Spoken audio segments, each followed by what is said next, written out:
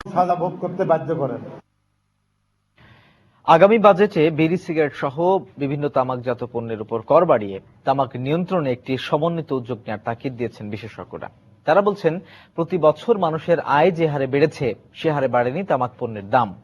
তাদের মতে, সব ধরনের তামাক পণ্যের উপর একই হারে কর বাড়ালে শুধু সরকারের রাজস্বই বাড়বে না, কমবে তামাকজনিত রোগে মানুষের মৃত্যু হার।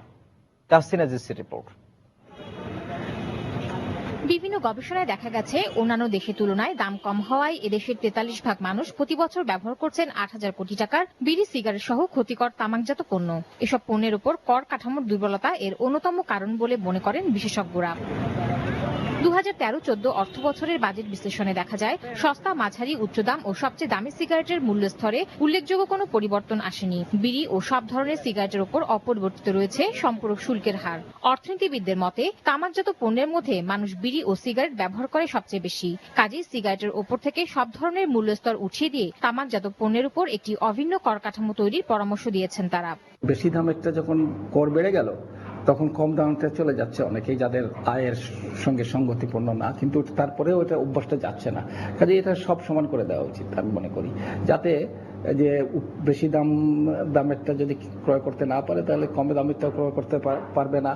বিশ্ব স্বাস্থ্য সংস্থার কর্মকর্তাদের মতে, বাংলাদেশের সিগারেট ও তামাকজাত পণ্যের উপর কর বাড়েও মুদ্রাস্ফীতির তুলনায় তা অনেক কম। মানুষের রোজগার যে বাড়ে সেটা কখনোই এর হিসাবের মধ্যে আনা হয় না, কিন্তু বাস্তবিক পক্ষে এটা যদি ওই মুদ্রাস্ফীতি আর মানুষের রোজগার বাড়ার ওই বিষয়টা হিসাবে নিয়ে করা হয়, তখন দেখা যায় যে এইটার মূল্য কমে গেছে।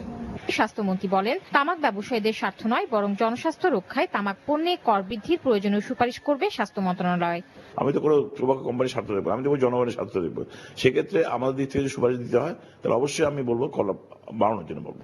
রাজস্ব আয় বাড়াতে কর ব্যবস্থাপনা শক্তিশালী করার উপর জোর দেন এ বিশেষজ্ঞরা।